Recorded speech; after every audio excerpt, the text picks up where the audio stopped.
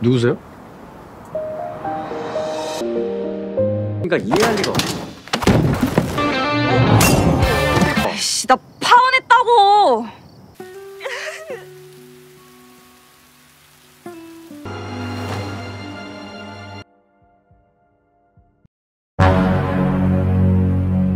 Alur cerita drama Korea berjudul Love Next Door dimulai dari segerombolan ibu-ibu yang suka ngegosip. Mereka sengaja pergi ke gunung buat olahraga, tapi nyatanya mereka malah saling pamer aset tubuh masing-masing. Bahkan mereka saling pamerin kehebatan anaknya masing-masing. Ibu-ibu yang di tengah bernama Nami. Dia merasa senang soalnya habis dikasih hadiah sama anaknya yang bernama Baesok Ryu. Saking sombongnya, bikin teman di depannya yang bernama Sohye kesel. Gak mau kalah, dia bilang kalau nerima hadiah dari anak sama aja kayak malak. Kehadiran anakku si Seonghyo sih udah aku anggap kayak hadiah terbesar. Sebenarnya aku nggak mau pamer sih, tapi kemarin Seonghyo baru saja ketemu sama presiden. Soalnya Seonghyo beres ngedesain perpustakaan dan dapat penghargaan arsitektur. Lah Nami sama Sohye bukannya lanjut jogging, mereka malah terus-terusan pamerin anaknya.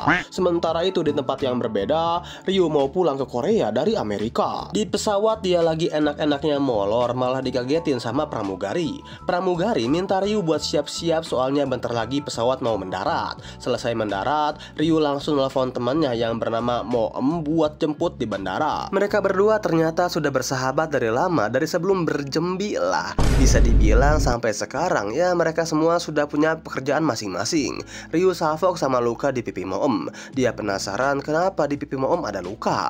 Moem bilang kalau luka itu didapat pas lagi nolong pekerja damkar padamin rumah. Ryu kagum sama Moem yang kerjanya jadi paramedis. Di perjalanan Ryu ngeluh-ngeluh lapar. Moem pun mutusin buat mampir ke warteg zaman mereka SMA dulu. Lagi asik-asiknya makan, Moem dan Ryu dikagetin gara-gara seorang pria bernama Bae Dongjin. Dia adalah adiknya Ryu yang datang buat beli nasi remes. Anjir, aneh banget, bukannya disapa ke adiknya sendiri malah nyumput. Dongjin heran kenapa sih mereka aneh banget kelakuannya. Setelah pesanannya selesai, Dongjin bayar dan pergi keluar. Sialnya dia terciduk sama trainer gymnya bernama Go Selgi. Pas dicek kalori jajanannya ngelanggar batas. Sebagai hukumannya, Dongjin disuruh lari ke tempat gym padahal mah jajanannya dimakan sama trainernya sendiri. Rupanya Ryu sengaja bersembunyi soalnya dia pengen surprisein keluarganya. Kan udah lama juga kan gak pulang. Sebagai sahabat lama, Moem mau ngebantuin bikin kejutan buat keluarga Ryu. Selesai makan dari warteg, mereka berdua langsung bawa balon dan pernak-pernik. Ngerasa seneng banget, Ryu minta ke Moem buat bikin janji selalu bersama selamanya. tapi 아니 그니까 내 말 여보세요? 네 반장님. 네? 재경이가요? 지금요? Moem malah dapat telepon buat nyelamatin nyawa orang. Mau gak mau Moem harus kerja lah ninggalin Ryu. Dan Ryu pun jadi bete banget gitu kan. Dan ya jadi dia pun jalan sendirilah ke komplek rumahnya yang sudah banyak berubah. Di sebelah bangunan ini dulunya ada sauna, tapi sekarang udah dirombak sama pemerintah. Ryu langsung teringat masa kecilnya yang dipaksa masuk ke dalam sauna sama ibunya. Begitupun dengan Seonghyo yang sama-sama nolak gak mau mandi di sauna. Ryu yang sekarang udah gede nganggap orang tuanya kejem banget ngebolehin Ryu dan Seonghyo mandi bareng. Ryu yang masih linglung sama perubahan bangunan komplek tiba-tiba 누구세요? Ryu kaget dan ternyata yang memanggilnya adalah Seongho. Seongho dan Ryu saling ejek kayak zaman waktu masih bocah. Dari jauh Ryu ngelihat kalau Misok dan ibu-ibu tukang gibah lainnya udah pulang dari joggingnya. Sialnya pas mau kabur ke gang lain, dia malah ngelihat ayahnya yang bernama Bak Gemsik. Karena rencana surprise-nya harus berhasil, Ryu mutusin buat sembunyi ke dalam kotak kosong sambil minta Seongho jangan bilang-bilang ke siapa-siapa. Gak lama ibu-ibu datang nyambut Seongho sambil basa-basi. Gensik juga malah ikut ngumpul sama ibu-ibu gibah. Di depan yang lain, Sohye bilang kalau nanti bakal ngundang semua kolega bisnisnya pas ada acara pembukaan perusahaan barunya. Seonghye ternyata masih pamer aja ya. Pas lagi basa-basi, Nami pun jadi salfok sama koper yang di tengah jalan. Dia ngira koper itu punya Seonghyo. Ryu yang denger percakapan mereka langsung ngasih kode dari dalam kardus. Seonghyo langsung bikin alasan kalau itu koper punyanya sengaja disimpan di tengah jalan biar pamer. Otomatis ibu-ibu gibah komplek jadi ngejek ngecekin selera warna Sang Hyo yang cucok meong. Lalu Gensik yang gabut dia minta kardus kosong besarnya buat dibuang ke TPU. Tapi Sang Hyo bilang kalau kardus ini masih dipakai buat ngemas barang, padahal mah di dalam dus ada anaknya bapak. Setelah bosan basa-basi mereka semua pun pergi. Ryu langsung nendang kardus buat keluar. Dia takjub ternyata rumah bekas sauna ini adalah kantornya Sang Hyo. Dia pun kepo masuk buat lihat-lihat. Sang Hyo tahu kalau Ryu pulang ke Korea buat ngurus acara pernikahannya yang bentar lagi dirayain. Ryu ngerasa bingung kenapa Sang Hyo bisa tahu. Sang Hyo bilang kalau dia dapat undangan pernikahan dari Nami. Sang Hyo ngerasa kesel ngeliat kelakuan Ryu yang megang-megang barang di kantornya, bahkan mondar-mandir ngecekin ruang kerjaannya. Tapi menurut Ryu kantornya Sang Hyo itu jelek, lebih mirip sama makam lah. Sang Hyo ngejelasin makna-makna arsitektur di dalam ruangan. Ryu masih tetap kepo dan tiba-tiba 그러니까 이해할 리가 없어. Ryu yang gak bisa diem hampir saja ketiban lemari. Untungnya Sang Hyo gercep nyelamatin Ryu dan bikin pinggang Sang Hyo encok. Ryu yang ingin tanggung jawab, dia mau mejitin punggungnya. Tapi dia gak sengaja ngeliat bekas luka di punggung Sang Hyo yang bikin Ryu teringat masa lalunya yang pernah gak sengaja dorong Sang Hyo kecil sampai ketusuk duri pagar. Sang Hyo pun ngerasa kalau di deket Ryu hidupnya selalu sial. Makanya Ryu cepetan pergi. Di tempat yang berbeda, Moem lagi dapat tugas ngeresku. Sesampainya di tempat, Moem ngedatangin seorang pria tua yang tergeletak di bawah pohon buat dicek kondisi kesehatannya. Tapi pria tua itu menolak. Moem yang gak tega ngeliat banyak luka, dia maksa buat dicek kesehatannya dan ngelarang pria tua itu minum minuman keras banyak-banyak. Kelakuan Moem langsung bikin emosi. Pria tua itu mecahin botol buat nyerang ke arah Moem. Moem langsung mundur ke belakang buat netralin situasi dari keributan. Pemuda yang kelihatannya cupu dan culun bernama Danho maju buat ngebela Moem, walaupun Moem minta Danho buat diem aja gak usah ikut campur. Tapi Danho maksa maju buat gelut sama pria tua itu. Soalnya Danho bilang dirinya itu sabuk merah taekwondo. Kan jadi jatuh, Moem maju dan tiba-tiba Moem langsung kasih tendangan yang bikin pria tua itu takut. Begitupun dengan Danho yang langsung terpesona. Scene kembali ke Ryu dan Sang Hyo. Karena udah mau malam mereka pun pulang. Ryu ngerasa kesel gara-gara Sang Hyo ngikutin mulu dari belakang. Sang Hyo bilang kalau Ryu pasti lupa rumah kita kan sebelahan. Gak lama motor ayam goreng mertua dateng. Ryu punya ide pinjem helmnya buat nyamar. Tapi akhirnya Ryu punya ide lain buat pakai baju banyak-banyak. Sesampainya di depan rumah, Sang Hyo ngerasa heran kenapa gelagat Ryu aneh banget, pakai baju tebal-tebal, bahkan minta Sang Hyo buat nemenin jangan dulu pulang. Ryu bilang sebenarnya lagi takut soalnya dia ngebatalin pertunangannya. Dan 아이씨, 나 파혼했다고!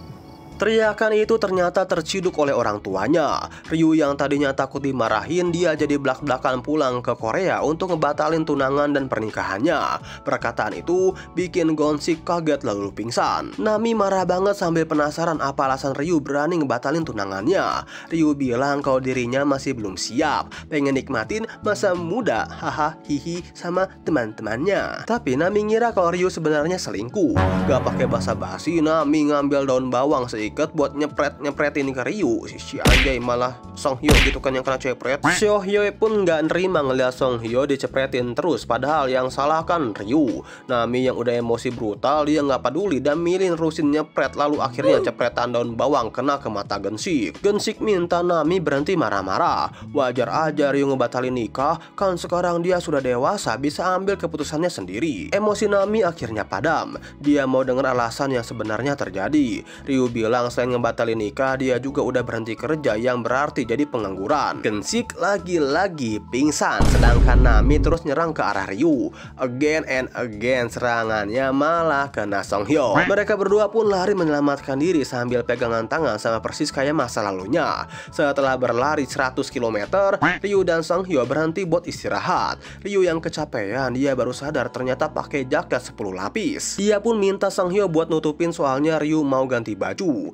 Wow, kalau aing mending ngadep ke arah Ryu sih.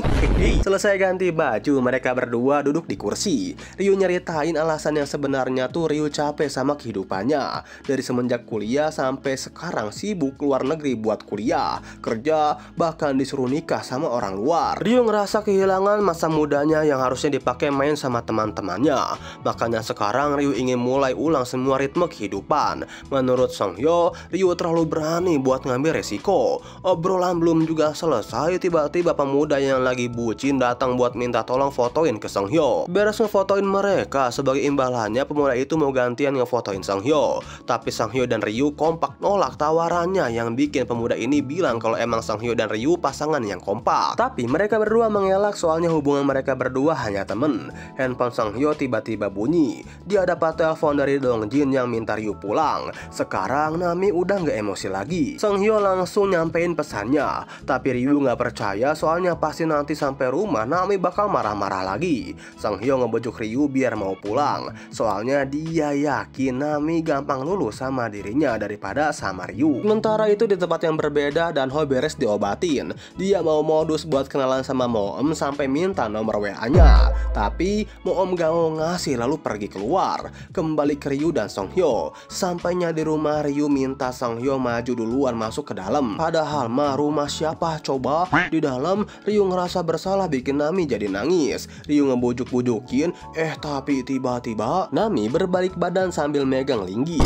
Ryu benar-benar ketakutan, tapi dia nggak bisa lari kabur soalnya ditahan sama Songhyo. Habis deh Ryu digeplak. Di luar, Songhyo teringat masa kecilnya yang lagi dibully sama teman-temannya. Untungnya Ryu datang buat ngebelain Songhyo. Keesokan harinya pas Nami mau masak nasi, dia kaget dapat hadiah dari Ryu. Tapi jadi seneng banget sih. Saking senengnya Nami mau ngucapin terima kasih. Tapi sesampainya di kamar Ryu masih turu padahal udah siang, yang bikin Nami marah lagi. Dia pun mutusin buat masak. Berbanding kebalik sama Nami, Gensik mah baik yang ngebiarin Ryu buat tidur, biar dibanguninnya pas sarapan aja lah. Baru aja Gensik mau ke kamar Ryu udah turun dari tangga buat sarapan bareng. Ryu bener-bener kangen sama masakan Korea. Apalagi masakan buatan Nami pasti enak banget. Nami nyiapin mangkok nasi untuk semua keluarganya kecuali Ryu. Ryu kesel ngerasa kayak anak yang gak dianggap. Nami pun nanyain lagi keputusan Ryu semalam. Ryu bilang dia emang bener-bener keluar dari kantornya. Soalnya ngerasa bosan aja gitu kerja di satu perusahaan doang. Nah takutnya rasa gampang bosannya itu ngaruh ke pernikahannya nanti.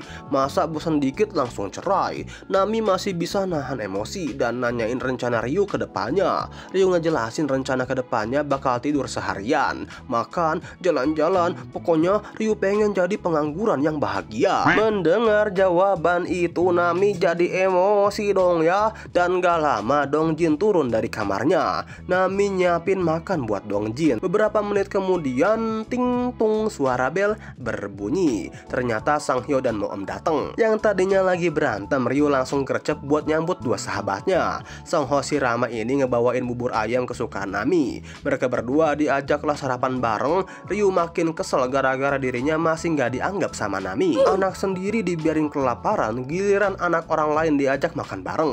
Tapi Dongjin malah nggak mau makan. Soalnya dia lagi bikin badan sispek, yang mana nasi adalah musuh terberat kayak lagi ngelawan iblis. Ryu ngerasa kesel, bukannya Dongjin bersyukur masih bisa makan masakan Nami, tapi malah nolak. Mereka berdua saling emosi dan bertengkar sampai jambak-jambakan. Sambil masang muka ngambek, Nami pergi dari dapur. Ryu nanyain ke mereka semua, "Ibu kemana sih?" Songhyo langsung menjawab,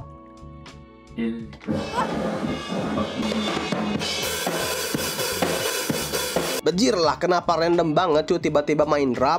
Moem dan Songhyo bilang sebenarnya Nami sering main drum yang disimpan di basement buat ngelampiasin emosinya. Selesai sarapan, Ryu lanjut sikat gigi. Tapi Moem malah main masuk ke WC-nya. Moem minta kejelasan Ryu yang sebenarnya. Soalnya dari dulu Ryu dikenal rajin, bekerja keras, pokoknya wanita karir banget. Tapi nggak tahu kenapa Ryu sekarang malah jadi pemalas. Ryu ngejawab kalau dirinya ngerasa capek jadi wanita karir berhubung Moem Moem perawat Ryu minta tolong buat diobatin rasa capeknya. Gak lama Sang Hyo bilang sekarang jam 9, yang mana Moem udah telat masuk kerja. Moem panik banget langsung capcus, sedangkan Ryu malah ngelanjutin tidurnya. Sebelum itu Ryu manggil Sang Hyo buat tiduran bareng. Sang Hyo jelaslah nolak-tolakan itu bikin Ryu tantrum yang akhirnya Sang Hyo mau nggak mau ngeyain permintaannya. Dikirain mau bareng, taunya 배신자 새끼. 아니 나를 상체를 포획했었는데. Ryu malah nge-smackdown Sang Hyo secara brutal dan ugal-ugalan sampai Sang Hyo nggak bisa nafas. Keributan itu terdengar sampai Nami yang langsung gepak Ryu buat misahin. Nami yang masih emosi nyuruh Ryu buat ikut juga ke kantor Sang Hyo. Nami nyuruh Sang Hyo buat berangkat kerja, tapi sebelum itu diminta buat bagi-bagiin kue beras ke tetangga. Sang Hyo ngerasa Nami care banget sampai bikin Ryu cemburu, nyuruh Nami buat nuker anak aja. Seling sampainya di kantor Sang Hyo, di sana ada pegawainya. Pegawai pria bernama Yeon Myung Wo dan pegawai wanita ini bernama Lee Na-yeon. Myung Wo bilang kalau Na-yeon ada klien baru datang ke kantor. Mereka berdua langsung gercep nemuin Ryu. Mereka ngira Ryu mau konsultasi desain, tapi Ryu bilang dirinya datang ke kantor Sang Hyo hanya buat nganterin kue beras. Na-yeon kepo nih, Ryu tuh siapanya Sang Hyo. Ryu bilang dirinya temannya dari kecil. Wah, Na-yeon langsung kepo dan minta diceritain. Sekarang kita diperlihatkan cerita awal mula Ryu dan Sang Hyo bertemu. Sang Hyo dulunya lahir dan lama di Prancis. Pas kembali datang ke Korea, Sohye datang ngenalin. Berhubung Nami dulunya pekerja di daycare, Sohye sering nitipin Sang Hyo ke Nami biar sekalian main bareng juga sama Ryu. Sang Hyo yang gak bisa bahasa Korea dan pendiam, Ryu pelan-pelan nemenin terus sama belajar bareng dan juga ngajak main ke teman-temannya yang lain. Kembali ke masa sekarang, Sang Hyo yang dengar cerita dari Ryu langsung ngelak, nganggep Ryu orang gila penipu ulung. Padahal awal mula ketemu Ryu tipikal bocah agresif, jorok, dan juga suka ngancur-ngancurin mainan. Padahal Sang Hyo senang nikmatin kesepiannya. Ryu kecil mengintip Sang Hyo kencing, maksa makan kacang, bahkan Ryu sering numbalin Sang Hyo pas lagi main bareng teman-temannya. Parahnya lagi, Ryu suka nyuri uang Sang Hyo. Setelah mendengar cerita masa kecilnya, Myung Wo dapat telepon dari klien dan nyampein langsung ke Sang Hyo. Dia bilang kalau klien yang gak mau bayar jasa desain gara-gara proyek konstruksinya terhenti, otomatis bisnisnya Sang Hyo gak bisa jalan gara-gara kekurangan uang. Di tempat yang berbeda, Nami lagi pulang dari belanja. Dia denger sayup-sayup gerombolan ibu-ibu di depan lagi ngegibahin kalau Geun-sik suka selingkuh sama cewek lain di wartegnya, dan kesombongan Nami yang anaknya kerja di luar negeri. Nami yang emosi langsung pergi nemuin ibunya Moem yang bernama Do Jae-suk. Do Jae yang lagi teleponan sama Sohye malah diganggu. Do Jae penasaran kenapa Nami kelihatan emosi. Nami bilang kalau barusan ada ibu-ibu yang ngegibahin kesombongannya. Do Jae ngejawab hal itu mah wajar ya, bagaimana enggak, orang Nami sering nyombongin Ryu yang kerja di Amerika dan bakal punya menantu pengacara kaya raya sedunia. Lalu Nami pergi ke warteg Geun-sik buat ngeluapin rasa kekesalannya. Nami minta ke Geun-sik buat ngebujuk Ryu mau nyeritain apa alasan yang sebenarnya terjadi. Soalnya Nami udah muak banget ngeliat muka Ryu, tapi Geun-sik hanya diem doang yang bikin Nami makin kesel. Alasan Geun-sik ngediamin Nami karena Geun-sik gak mau ikut campur urusan anaknya yang udah dewasa, berarti bisa ngambil keputusan sendiri. Kembali ke Ryu yang lagi nikmatin senja. Dia ngeliat tanaman daun bawang dan langsung imajinasi masaknya terpacu. Ryu masak ceplok pakai ekstra daun bawang. Gak lama Moem datang buat ikut makan malam lagi. Moem ngerasa kagum sama atraksi Ryu yang bisa balikin telur ceplok di telepon. Ryu nanyain keberadaan Sang Hyo, apa dia mau datang ke sini juga. Moem bilang kalau Sang Hyo nggak bisa ditelepon. Ini bocah baru diomongin tiba-tiba datang. Ajaib juga ya. Sang Hyo minta Ryu buat jujur ke Moem dan juga Nami, terutama Nami sih sebagai ibunya Ryu. Soalnya bagaimanapun Ryu ngasih alasan palsu bakal ketahuan. Tapi Ryu bilang kalau dirinya bakal terus ngerahasiain apa yang sebenarnya terjadi. Pokoknya rahasia banget lah. Dan di keesokan harinya Nami beraniin diri buat telepon calon mantunya. Sayang banget taunya nggak diangkat. Pas keluar kamar Nami papasan sama Ryu. Tapi ya Nami milih perang dingin gitu kan, ngediemin Ryu. Dari awal Ryu curiga Nami sembunyi-sembunyi megang HP-nya. Pas Nami lagi lengah, Ryu langsung ngambil buat ngecek. Ternyata Nami nelfon mantan pacarnya Ryu yang bikin Ryu ngambek. Ryu pun langsung pergi buat tenangin perasaannya. Scene diperlihatkan kejadian Ryu yang sebenarnya dia dipecat dari kantornya gara-gara dianggap Ryu nggak bisa adaptasi di dunia kerjanya. Suka ngerjain pekerjaan buru-buru, egois, dan sombong. Di saat hari itu Ryu benar-benar hancur. Dia berusaha ngehubungin Hyunjun. Soalnya Ryu benar-benar hancur jadi butuh support dari Ayang. Tapi Hyunjun nggak bisa dihubungin. Ryu pun langsung cari ke diskotik. Sesampainya di diskotik, Ryu ngeliat Hyunjun lagi perang bibir sama cewek lain.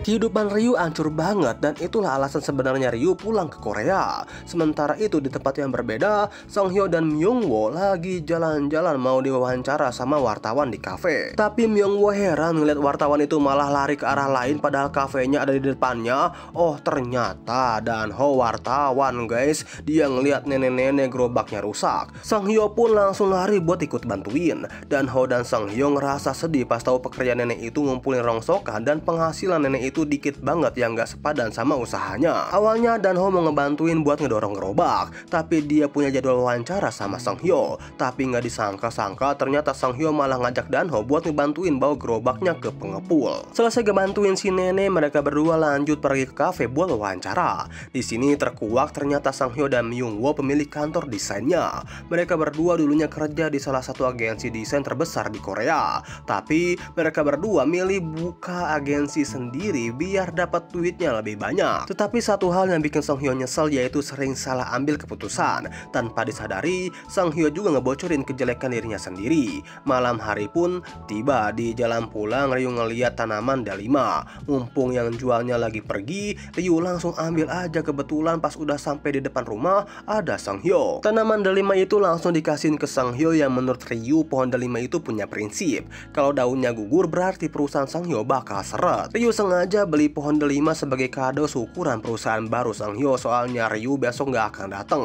Keesokan harinya, Nami lagi buru-buru buat dandan. Dia kebingungan cari bros emas yang lupa gak tahu ditaruh di mana. Ryu langsung gercep bantuin nyari ke dalam laci-laci. Dirinya terkejut sekaligus kecewa pas lihat kosmetik yang dibeliin dari Amerika kok nggak pernah dipakai sampai kadaluarsa. Nami minta Ryu nggak usah banyak bacot dulu ya, memang buru-buru ini udah telat, udah mau berangkat. Sesampainya di kantor Song Hyo, Nami terpukau sama tampilan kantor dan juga ketampanannya. Tapi beberapa menit kemudian teman-teman Sohye datang. Di sini Nami nyiapin mental buat jaga-jaga kalau digibahin sama dijulidin. Lanjut, mereka semua akhirnya duduk di meja panjang sambil muji-muji kehebatan Songhye yang berhasil ngedidik Song Hyo jadi orang kaya. Ini semua berbanding terbalik pas salah satu dari mereka mulai nyindir-nyindir Nami soal pernikahan Ryu yang katanya batal diadain di Pulau Hawaii. Nami bilang kalau pernikahannya batal. Nah, salah satu dari mereka jelas dong yang ngegibahin sambil ngejek-ngejek Nami. Untungnya Doje ngebelain Nami, bilang kalau informasi batal nikahnya udah disebarin di grup reuni. Begitupun Sohye langsung ngebelain Nami juga. Setelah itu Nami pergi ke toilet. Dia nggak sengaja dengar teman-temannya yang lagi ngomongin dirinya yang selalu gagal nyaingin Sohye. Bahkan Ryu jadi ikut-ikut diejek-ejekin. Sementara itu di luar kantor Sang Hyo ngeliat Ryu yang tiba-tiba datang. Padahal tadi malam Ryu bilang dia nggak mau datang.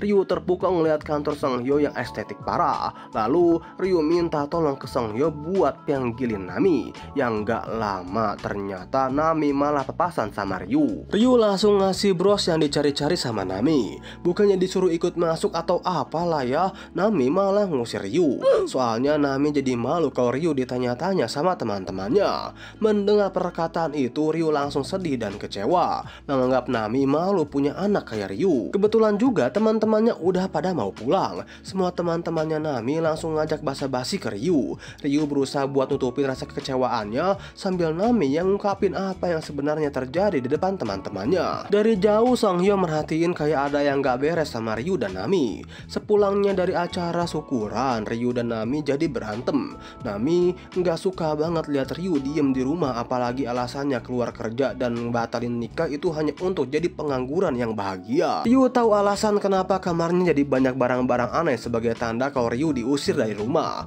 Nami benar-benar marah sampai ngebuang-buangin koper punya Ryu. Ryu benar-benar kecewa sama apa yang dilakuin Nami. Ryu sebenarnya ingin Nami itu perhatian, jangan terlalu neken demi ngejar ambisinya sebagai putri kebanggaan yang hebat. Ternyata wajar aja Nami bersikeras ngusir Ryu balik ke Amerika lagi gara-gara Ryu dapat beasiswa di sana, bahkan dapat perusahaannya bagus. Tapi karena Ryu gak nyeritain apa yang sebenarnya terjadi, ya wajar banget lah kalau Nami nganggap Ryu aneh. Ngerasa situasi makin sumpek, Ryu pun pergi dari rumah. Sampai nggak sadar ada Sang-hyo di hadapannya. Diam-diam Sang-hyo ngikutin Ryu yang ternyata dia lagi nenangin diri di taman. Ngelihat kedatangan Sang-hyo, Ryu langsung nutupin semua kesedihannya dan ngajak duduk di atas permainan. Mereka berdua langsung bernostalgia dari Ryu yang dari kecil pengen coba megang binatang dan awan di langit.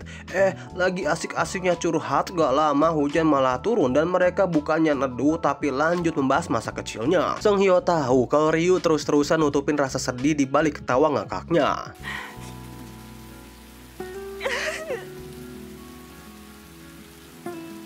Ya namanya lagi ada masalah. Ryu langsung nangis kejar sampai hujannya berhenti. Dan gak lama dia ngeliat bintang jatuh langsung ngajak Sang-hyo ngucapin harapan. Setelah itu Ryu pengen tahu masalah apa yang lagi dihadapin sama Sang-hyo. Sang-hyo bilang kalau perusahaan barunya lagi seret duit. Banyak klien lama yang susah ditagih bayar hutang dan juga ngebatalin proyeknya. Lalu Ryu janji bisa bantuin Sang-hyo sampai semua kliennya bayar hutang, asalkan ditraktir makan cuangki pinggir jalan. Sementara itu di rumahnya, hati Nami udah melunak. Dia balikin koper sekaligus bukain tempat tidur untuk Ryu. Keesokan paginya, Nami mau ngebangun Ryu tapi kaget ternyata Ryu udah nggak ada di kamar. Dan ternyata Ryu lagi kerja bantuin Sun-hyo nagih hutang. Berkat bantuan Ryu, Nayeon ngasih tahu ke Myung-woo kalau proyek desainnya berjalan lagi dan klien-klien yang ngutang perlahan pada bayar. Anjay keren. Sesampainya di rumah, Ryu disambut sama Gensik yang ngajak makan. Tapi Ryu bilang kalau dirinya nggak lapar. Pas Ryu buka kamarnya, tiba-tiba 엄마.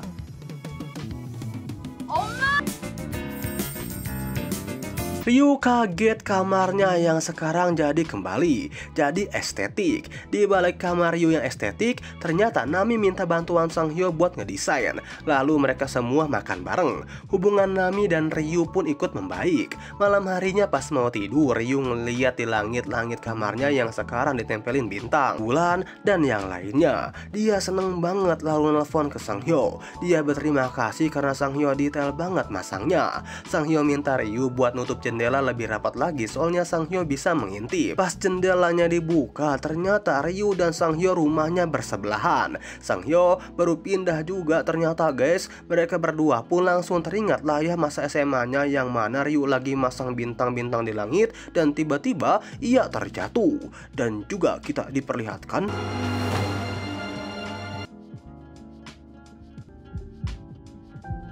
wow, enak dan bersambung memang.